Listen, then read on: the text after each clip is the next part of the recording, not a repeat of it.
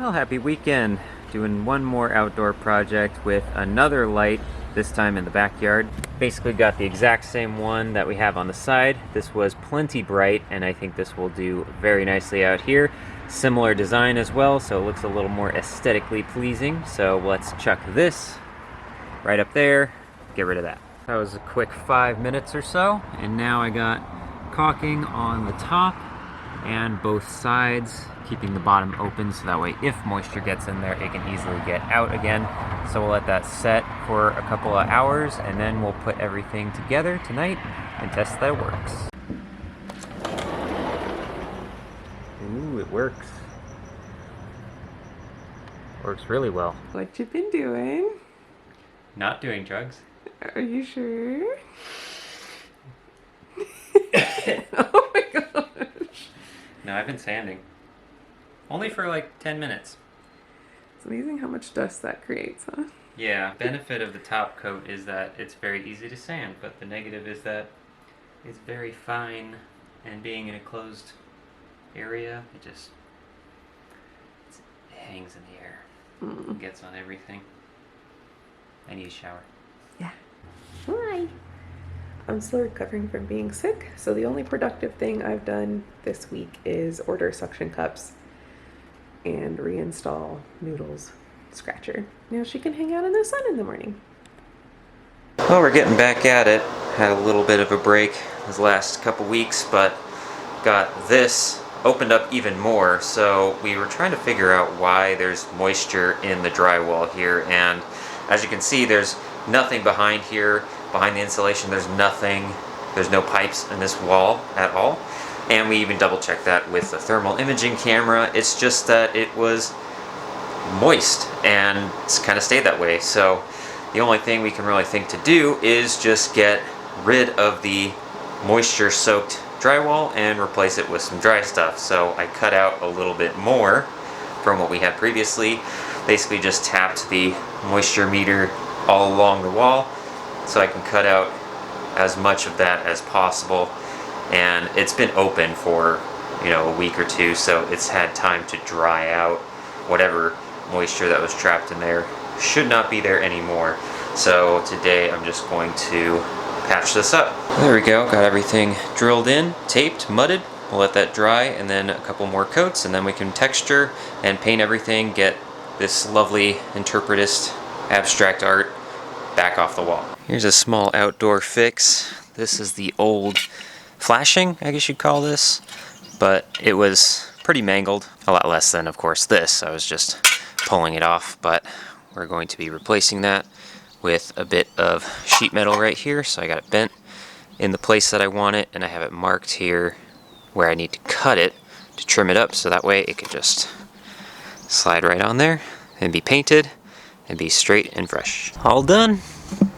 We'll need another coat of paint once this one dries because the metal was causing streaks, but paint that later. So this update's going to be a couple of weeks because we had a lot of downtime, had to deal with sickness, and a couple of the projects that I've been doing around the house didn't really film or anything like that, so we'll just do a little bit of updating. So it don't look like much done in the backyard, but we actually did quite a lot. There's no weeds here whatsoever. We've been having lots of rain on and off. In fact, well, it's pretty windy, but you can see the winds are a little high right now. We're supposed to get another thunderstorm in a couple of hours, actually, but we got all of the cracks cleaned out, and we're going to get some sealant and caulk all this stuff, so hopefully nothing grows back. Also, maybe hard to tell, but we trimmed this tree because it was starting to bleed over into the street here. Started seeing cars actually swerving out of the way so they wouldn't hit the tree, so that looks a lot cleaner now. And I weeded the patio, so at least most of it. There's a few things here, but everything in the actual concrete paver section is completely gone. Still just a drop in the bucket though, because we have this and all of this. It has turned into a jungle back here. Also, small update on the Ethernet routing. I moved the hole there and filled in what was right there. And what I was planning to do beyond that was actually take the Ethernet cables from the router so that we can route them into the offices up through the wall here. But I'm kind of dumb and didn't really think that the wall between the two bedrooms is exactly down the middle of the house, and of course right in the middle where that wall would be are beams. And so I was planning on, actually did attempt to drill down in the wall into the floor, and I was hoping that I would be able to find the hole here where I can route things, but it's basically smack dab in the middle between these two beams. So unless I go all the way through that, which I really don't want to do, we got to think of another way. So because of that, I'm thinking we're probably going to have to go with the up and over through the attic approach again, which I was hoping I could avoid. Oh, this bathroom has been such a slow go, but we have done at least a little bit. We didn't show you anything last week, but then I basically sanded this section that we had put up previously. It looks pretty good. There's a few spots here, little wrinkles here and there that need to be ironed out, but otherwise it looks pretty nice. We're gonna try to smooth it out as much as possible and continue up to the top here, of course. This patch has finally been patched, so no more hole to the outside. And yesterday Kaitlyn continued and kind of went down basically to the ground. For the most part it's done. There's a little spot right there. And then started to patch up things like the sides here behind me on this wall, because this wall was basically unfinished, so we did a quick skim coat on that as well. So everything is getting together slowly, very slowly, snail's pace, but maybe someday we'll have a vanity in here. Well, it's a nice evening during the week. Figured I'd take to the yard a little bit, do a little bit of weeding. We finally got a hula hoe, what they call it, so this should make weeding a lot easier, so I don't have to get down on my hands and knees and actually be pulling up all of this stuff individually. Not bad for 30 minutes work. This is what it used to look like. Didn't get this section right here, but got all of this little bit of things here and there that I'll need to pick up with the rake, but not bad. Pretty effective. You upset? Yeah, you didn't get to go outside. I'm very upset. Tell me one more time. And just like that, the dragon fruit is planted. Actually, I don't know if all of these stems, or any of them, produce dragon fruit, but I'm hopeful. This pot took so much soil. I was looking up a lot of dragon fruit recipes online, and the idea is that they should be able to stay in these pots for about 10 years, and they don't love a ton of compost in the soil actually breaking down. So it's mostly sand. There's some perlite, there's some biochar, there's probably too much coconut coir, but I had to fill it up somehow. But everybody's nestled in there. This is the one that's been growing the best. These skinnier guys came from the pot that I got for 10 bucks.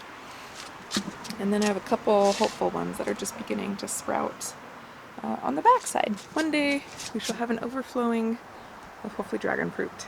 I also split apart that tannish pot right there into all of this. And now I have to find more pots. Oh no. And I'm making up more soil with the coconut and sand and whatever other perlite and stuff I can find. In other garden news, the kale is starting to come up in little bits and patches. And the lettuce, still very tiny.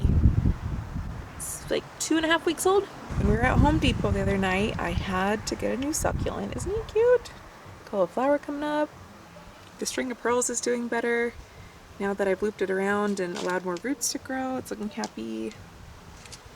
I think my split rock, or lithops, is going to split soon. And then this week, I was looking on Facebook, and the Buy Nothing group, or the East County Gardener group, had a post for a bunch of free succulents. So I met this really nice lady named Marcia, who used to have a succulent nursery and whose yard was just covered with them. She is ripping them out, all of them though, and replacing it with a hot colored garden in the front and a cool colored garden in the back. She had big plans, but she was giving away lots of succulents. So this is one of them. This little guy is another. Alex got me this tray for free on the side of the road the other day, so I'm starting to plant it up. The other pot is to the side there. The ice cream plants are starting to look good. The pomegranate is leafing out. The peach is super happy. I've been pulling off the excess little peaches. and dropping them in there, so I just have a couple per stem, and I'm not overwhelming the plant. And then the milkweed is also getting a little bit big. It's happy stuff. That one's the smallest one, but it's coming up. Yay! The free succulents included these guys, this little piece there, the black aeoniums, And then this is the one I'm potting up right now.